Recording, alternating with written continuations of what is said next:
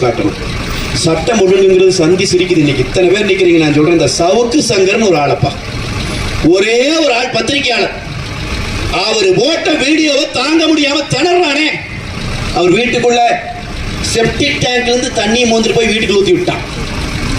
அந்த மனுஷனை துரத்தி துரத்தி துரத்தி துரத்தி கைது பண்ணான். அந்த ஆளும் சளைக்காம போராடினார். அவரை போலவே பல பேரை கைது பண்ணி போட்டான். கருத்தே சொல்லக்கூடாது, இந்த அரசாங்கம் செய்கிற ஊழல்களை வெளியே பேசக்கூடாது, கைது பண்ணிட்டே இருந்தான். இப்ப அவரு பெரிய அறிவாளி தான்.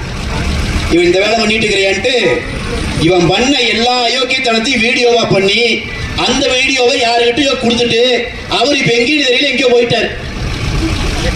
இப்ப என்ன பண்றா தெரியுங்களா? இந்த வீடியோவை போடுற சேனல் எல்லாம் நானும் போட்டேன், என்னை கூப்பிடல. பத்திரிகையாளரா இருக்காங்கல்ல, அவங்க சேனல்ல அந்த வீடியோவை போட்டா வீட்டுக்கு சம்மன் அனுப்பிட்டு இருக்குது போலீஸ்.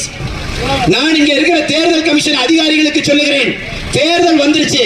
இந்த ஸ்டாலின் அரசாங்கத்துக்கு கூலி வேலை பார்த்துக் கொண்டிருந்த அந்த போலி காக்கி சட்டைகளை முதலிலே தூக்கி எறியுங்கள். ஒரு பத்திரிகையாளருடைய வீடியோவை பார்த்து பதறுகிறது இன்றைக்கு ஸ்டாலின் அந்த குடும்பம்.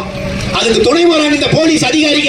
இந்த போலீஸ் அதிகாரிகள் மேல நடவடிக்கை எடுத்து இவர்களை சிறைப்படுத்த வேண்டும். எவனுமே பேசக்கூடாதுங்கிறான், பேசுனா மிரட்டுறான், பேசுனா அவதூறுகளை தூக்கி வீசுறான், பேசுகிறவனை துரத்தி துரத்தி அடிக்கிறான், உயிரை சுருத்தம் கொடுக்கிறான், ஊருக்குள்ளேயே வசிக்க முடியாம பண்றான்.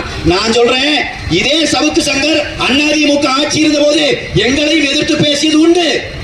அதிமுக விமர்சனத்தை நேருக்கு நேரா சந்திச்சுக்கிறான். உங்களை மாதிரி கோழை மாதிரி அவன் வீட்டுக்குள்ள செப்டிக் டேங்க் தண்ணியை ஊத்தி விடல, அவனை கைது பண்ணி சிறைப்படுத்தல. அவர் எங்க இருக்கிறார்னே தெரியாம இன்னைக்கு தலைமறைவாகிற வரைக்கும் இந்த காக்கி சட்டைகளை வைத்து மிரட்டல. நல்ல காக்கி சட்டை யாரை மிரட்டணும்? கஞ்சா விக்கிறவனை மிரட்டணும், கள்ளச்சாராயம் விக்கிறவனை மிரட்டி பிடிச்சிருக்கணும். 120 பேரை கொண்டான் கள்ளச்சாராயம் வித்து கொண்டவன்.